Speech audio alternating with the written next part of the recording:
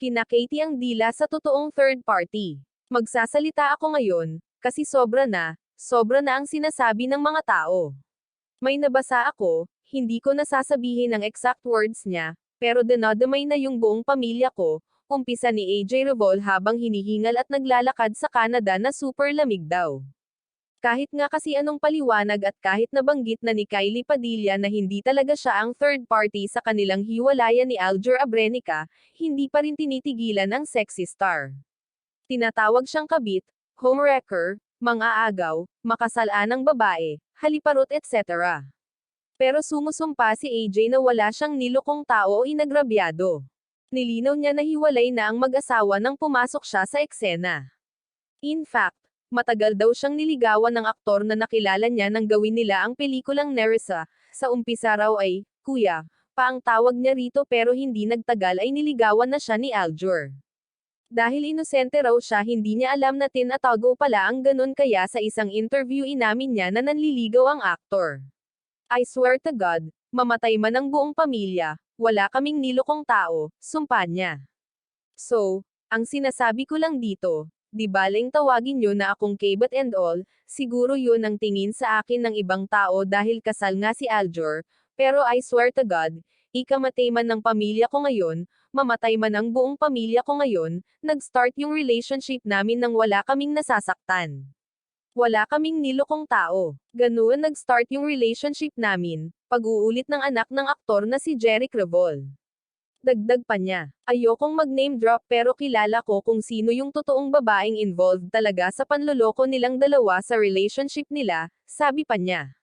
At doon na pumutok ang intriga. Tinanong ko siya, paano yung wife, paano yung family? Sabi niya sa akin, okay lang yun, hiwalay na talaga sila, may partner na rin si Kylie that time.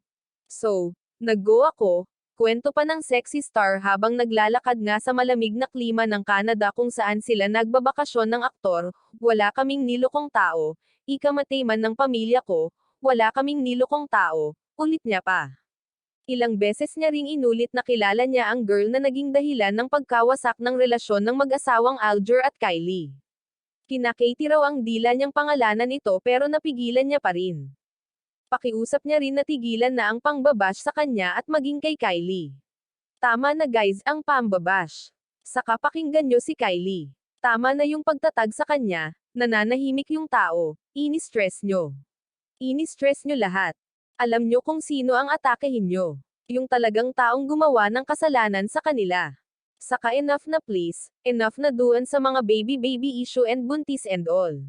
Hindi nangyari yon, okay. Walang ganuan. Hindi ako nakakapagsalita, dito lang sa live ko, sa page ko, kasi hindi talaga ako nabigyan ng chance na magsalita, na protektahan yung sarili ko, pagpapatuloy ni AJ habang tuloy ang paglalakad at hinihingal dahil may sipon daw siya at nagkasakit sa lamig, wala rin daw sugarcoating ang mga sinasabi niya at ganun siya sa totoong buhay.